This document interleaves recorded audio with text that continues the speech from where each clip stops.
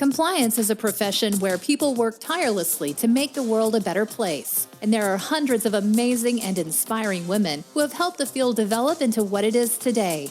Great Women in Compliance is part of the Compliance Podcast Network, so join Mary, Shirley, and Lisa Fine as they talk with women in compliance who are making a difference. You're listening to Great Women in Compliance on the Compliance Podcast Network with Mary, Shirley, and Lisa Fine. I'm Lisa Fine, and today I'm speaking with Alison Taylor. Alison is the Executive Director at Ethical Systems and is also a Senior Advisor at BSR. She's additionally an adjunct professor at the NYU Stern School of Business. At Ethical Systems, she leads a program which aims to help companies build more ethical and effective cultures via approaches based on collective research. Throughout her career, Alison has consulted in the areas of strategy, sustainability, political and social risk, culture and behavior, human rights, ethics and compliance, stakeholder engagement, ESG, and anti-corruption. She's done an incredible amount. I recently listened to a webinar where Alison was a panelist discussing the intersection of sustainability and compliance. And it was really very, very interesting and gave me a lot to think about. At the same time, Alison is also moderating a panel at Compliance Week called the CCO and CSR, the Impact of Corporate Social Responsibility on Compliance Programs. And spoiler alert, I'm also on that panel. So since the virtual Compliance Week virtual conference is taking place on May 18th to 19th, and Compliance Week is such a great supporter of women in compliance and this podcast, I thought this would be a perfect time to speak with Alison. Alison, I so appreciate you being here, and thank you. Thanks so much for having me, Lisa. I'm super excited. Me too. So let's start a little bit. Why don't you talk about your background and how you got into compliance and sustainability? Sure. So I started working in compliance in 2003. I worked for an investigations, political and security risk consultancy called Control Risks for 12 years. I was first head of investigations in the Middle East and Africa, and then later head of investigations in the Americas. So back in 2003, as I'm sure you'll remember, anti-corruption and compliance were not as well developed as they are now. So I had really good experience, I think, shaping FCPA due diligence and political risk approaches, particularly in very high-risk countries where there's not a lot of information and where there's a big intersection between politics and business. So that's how I first got to know the compliance industry, and from there branched out more into thinking about compliance and ethics programs and working on organizational culture. And then in 2015, I made the move from corporate investigations and compliance and ethics to sustainability or ESG or CSR or whatever term you like to use. And so from 2015 to now, I worked at BSR helping companies design sustainability strategies and roll out their programs. And I became very interested therefore in the relationship between ethics and compliance on the one hand and sustainability and CSR on the other hand. Oh, okay. So, you just mentioned a little bit about that, but talk a bit about the intersection of ethics and compliance and sustainability. I mean, there are some alignments and then there are some disconnects. So I thought it'd be great to just start with your view on that. Sure. So I think historically, the two functions have been considered quite separate. And so the traditional idea of compliance is that it is about helping companies manage and deflect regulatory risk. So it's about setting up policies and procedures and processes that prevent the organization from breaking the law. And the compliance officer is sort of the voice of the regulator inside the company. Sustainability, on the other hand, is about voluntary commitments. It's more of a social movement. It started in the 1960s, and it aims to help companies understand what their social and environmental and governance responsibilities should be beyond legal compliance. So I don't think it's very surprising that the two functions haven't had a lot of connection and have been considered quite separate. But as a result of a lot of things going on in the world, this is really now changing, and it's changing really fast. So if you think about this from the perspective of compliance, it's now very much more often called ethics and compliance. And I think most sophisticated compliance officers don't see their role as just being about helping companies to not break the law. They see it as being about helping companies drive values and integrity. They want the role to be more strategic. And I think also compliance teams recognize that legal compliance and not breaking the law is not the same thing as ethics and is not the same thing as having a good reputation. At the same time, issues that used to just be voluntary, and I'm thinking of things like human rights and supply chain oversight, are becoming more regulated. And so that drives compliance officers to think about these areas that maybe aren't fully regulated yet. We can think about human rights. There's been some movement on modern slavery and trafficking, but human rights is not yet a full legal framework. But of course, compliance teams are starting to think about these issues and starting to become more responsible. And then on the other side, sustainability is now really changing as a result of a lot of things, more transparency and a lot more investor interest. And so I think it is starting to become more sophisticated. It's starting to be built more into the policies and procedures of companies. And there's starting to be a lot more demands on kind of accurate reporting and making sure that what you're saying about your CSR program is true. And so then that naturally draws in alignment with compliance teams who have particular expertise in setting up programs and procedures and ensuring accuracy and honesty in data. So those, among other trends, I think are starting to draw compliance teams and sustainability teams much closer together. And as well, there's a lot of pressure now on governance. And so very often these functions end up on the same high-level governance committees to help the senior leadership team think about integrity. Yeah, it's interesting too, especially right now during COVID. I think that the two functions also are working together in a unique way, because right now things are moving so quickly for things, from a regulatory standpoint, from other things, from the different bills in the US at least, and around the world. And at the same time, the sustainability and corporate social responsibility is, how does any organization do the right thing? How have you sort of seen that playing out right now in COVID?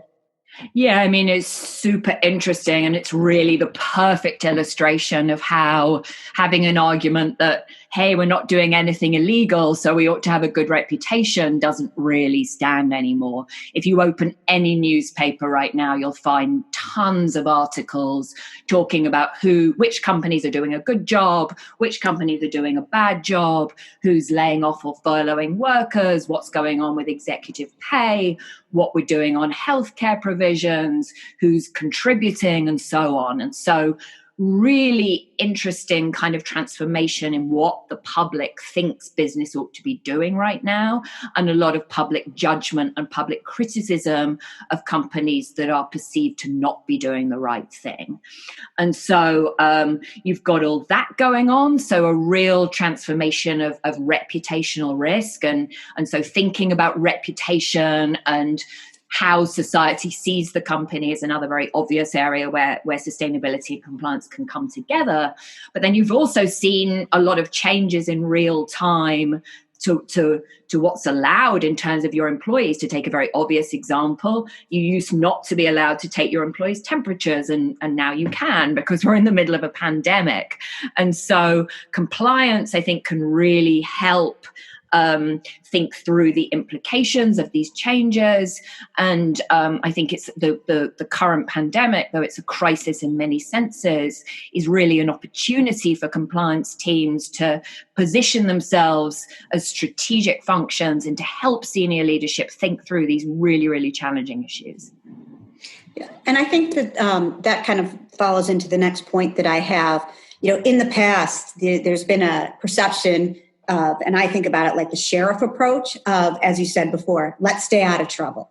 And at the same point in time, sustainability could be considered part of, the marketing, the pictures of us doing good and doing well. I think these approaches had started to move away, as you said, because of ethics being more of ethics and compliance and sustainability to seeing that. I think in terms of both becoming more sophisticated in the function, it's a values-based approach. Obviously, I think that's been escalated now. Can you talk a little bit about that integrated approach and also how to kind of make sure that a business is, following up on their own mission and sort of enhancing that by, utilizing sustainability? Absolutely. So, I think this very old school sheriff approach to compliance, where you're really kind of like a policeman or a law enforcement officer inside the company. I don't think you see that so much anymore. And in fact, if you look at what academics say in the behavioral science field, there's a lot of evidence that if you set up a compliance program like that and you say, don't break the law and don't get caught, and here are all the rules, and make sure you don't break all these rules, and here are all these microprocesses, actually human beings don't react to that very well, and it can have really negative unintended consequences. Whereas if you empower your employees and you trust your employees and you give them the tools to make ethical decisions and think about the ethical implications of what they're doing and try to drive pride and purpose in the organization, you're likely to have less compliance problems, but you're also likely to kind of motivate and retain employees. People, especially young people, really want to be able to believe in their companies and believe in the mission of their companies and doing good. And all of that can actually really help with compliance programs. At the same time, I think, as you say, CSR is very often thought of as being about marketing. I still talk to a lot of people that kind of roll their eyes at all these glossy brochures with smiling children in them. I've heard CSR called the paramilitary wing of the marketing department. But because there's now a lot of public skepticism about the difference between what companies say and what they actually do, there's really much more, much of it more of a driver for that information to be accurate, for companies to disclose where they're struggling, and for real meaning. So you can't just kind of tout a bunch of programs and not offer any evidence. You've really got to be able to show how you're showing environmental and social benefit and impact. So again, kind of all of this comes together in a values-based code of conduct, or kind of how CSR programs, things like working on climate change or inequality or community health, all these things can kind of help inspire employees, drive motivation, and really meet the goals of the compliance function. So you start to see a lot of reason for these two functions to come together and talk. And really then both, CSR and compliance also both want to be closer to senior leadership and really taking more of a strategic role. So if they join forces, that can be much, much easier. Yeah. And one thing I'm just going to add to that from at least my perspective is in my role as an ethics and compliance professional is people really, when I speak to people, even who have huge sales pressures, they want to understand, what is, what they're required to do, what is okay and what isn't. But most people really do want to try to do the right thing. And as in ethics and compliance, and I always say ethics and compliance for exactly that reason. If you take the time to explain to people what might be an issue, what might be other things, how do they adapt to that? And as opposed to the Department of No, it's the Department of let's look at this and what is the risk? And I think that you're right, that's the approach. Plus that keeps people from deciding, okay, they're so awful. I'm going to ask for forgiveness later because what's the worst that can happen? With that said, in terms of sustainability, what do you think should be top of mind for ethics and compliance professionals, particularly as they may be doing certain day-to-day things within a business or an organization and helping guide that? So I think the first way to think about the sustainability team, if you're in the compliance function, is it's a way to maybe look into the future and help you understand and respond to emerging trends. So if you think about compliance as being about helping companies manage legal risk as it is today, sustainability can be a way to anticipate what might be the legal risks of tomorrow, because laws obviously don't spring fully formed out of nowhere. They come from social and political pressures. So back to issues like human rights and supply chain oversight, even though those aren't fully regulated today, those are areas where the sustainability team has a lot of expertise. And so they can help the compliance team kind of look into the future and think about the way things might be about to go and plan and respond and be more future facing rather than kind of struggling to react. So I think that's one area. I think the other area is just about thinking about reputation and employee motivation and retention and that kind of thing. And so I think coming together on ethics and compliance training, helping companies to think about what their mission is, what their purpose is, how they inspire and motivate employees, and things like incentive structures can also be really, really important. So lots of pressure from the sustainability field on things like executive pay and diversity and the damage of sales targets and that kind of thing. And the same skepticism and pressure coming from compliance. And so if sustainability and compliance can get together and talk to the human resources team and make sure that they understand the impact of the incentives they're putting in place, then we'll probably end up with better incentives. Okay, no, that's great. Now, just changing topic a little bit. You're obviously from the UK and have worked globally. You mentioned that earlier. Can you talk about any of the challenges that you've had that stick out as a woman in the area, or either in any of the geographies where you've worked?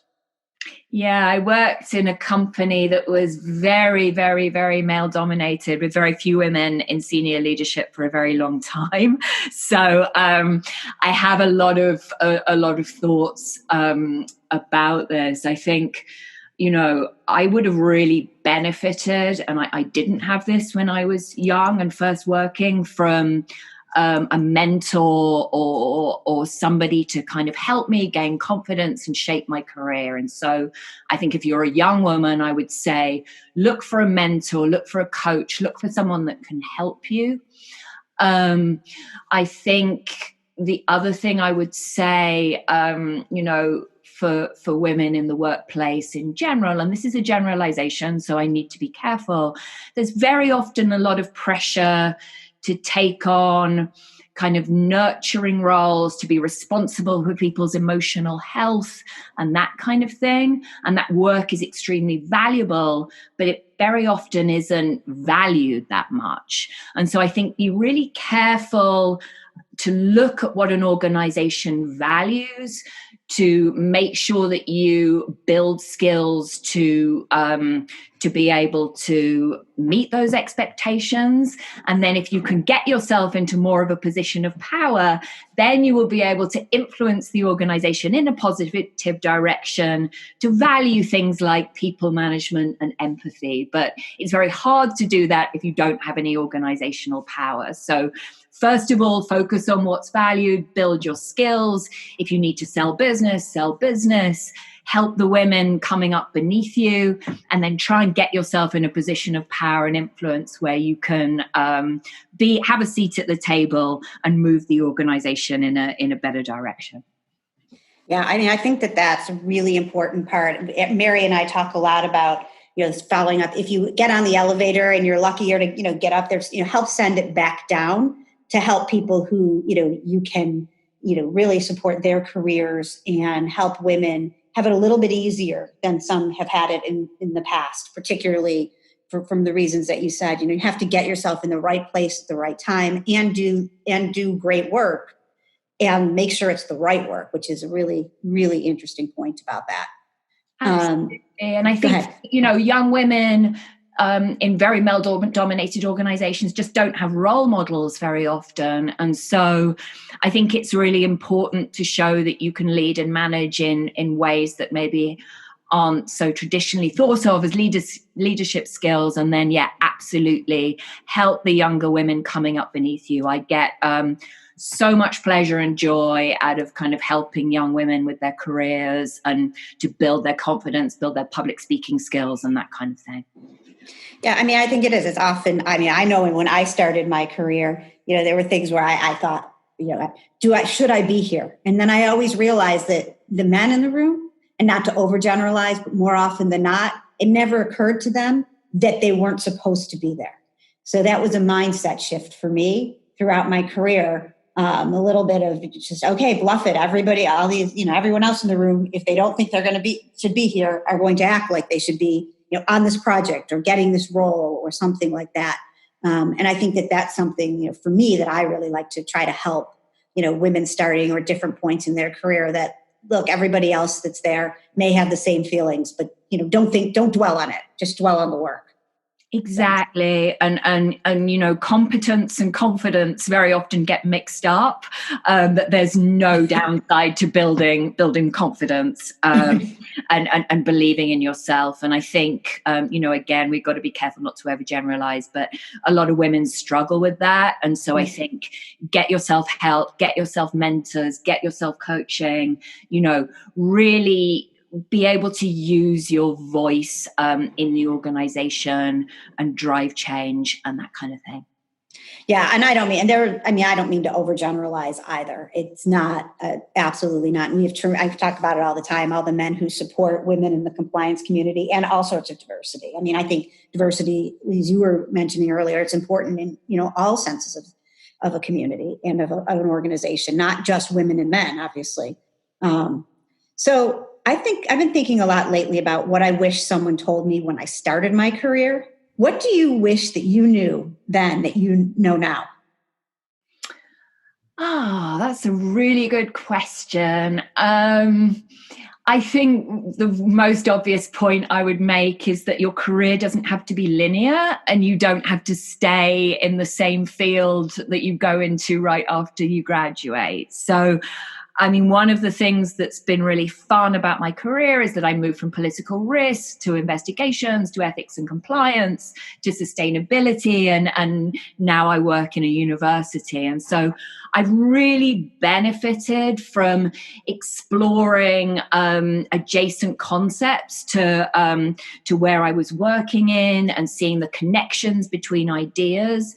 And I think that can be really, really helpful for creativity. So I think for women working in compliance, listening to this podcast, or really anyone working in compliance, I would encourage you to be curious about areas that are close to compliance but aren't compliant. So look at risk or cybersecurity or sustainability or HR and try and kind of develop an understanding there. I think it'll give you a lot more breadth. It'll give you a lot more ideas. It's been really interesting to me how many people just kind of work in silos and how you can really learn really incredible things from kind of just being curious and diving or even just dipping a toe into different fields. So whereas I don't maybe have full depth in all the areas that I've worked in, I've really benefited from being able to see the connections between these areas and describe them. And I think there ought to be more people like that in the world. So I think that would be the thing that I wish I'd known. And I guess the final piece of advice I'd have, kind of building off of that, is take more risks. Don't be afraid to take risks. Don't be afraid to try something new. We're all living a lot longer and we'll all be in the workforce a lot longer. So no reason you have to stick with the same thing. Yeah, that makes a lot of sense. I think that's great advice, because I think people often do think, what do I do next in this role? And to think from the beginning, what are the things I'm interested in and how can I incorporate that? And how can I just learn? I mean, when you're starting your career, as you said, so many people want to teach you or talk about what they do because they're proud of it and, take advantage of that. Absolutely. Never stopping learning is another really good piece of advice. So I went back to school to do another MA when I was in my late 30s, and it was an incredible experience. And because then I had a lot of work experience and I could apply the new ideas that I was learning, I benefited from it a lot more than I did when I did my first graduate degree in my 20s. So that's another really good pitch for kind of lifelong learning. And you don't have to go back to university. There's so many resources now online. Just be curious and look out there at ideas that maybe are outside compliance, but could be really, really useful to you and your role in compliance. Well, this is great. Thank you again. I mean, I could talk about this with you all day, and I'm looking forward again to getting the opportunity to do that in some more detail next week at the Compliance Week conference, the virtual conference. If anybody is looking for information about that, you're welcome to message me or go to Compliance Week's website, complianceweek.com.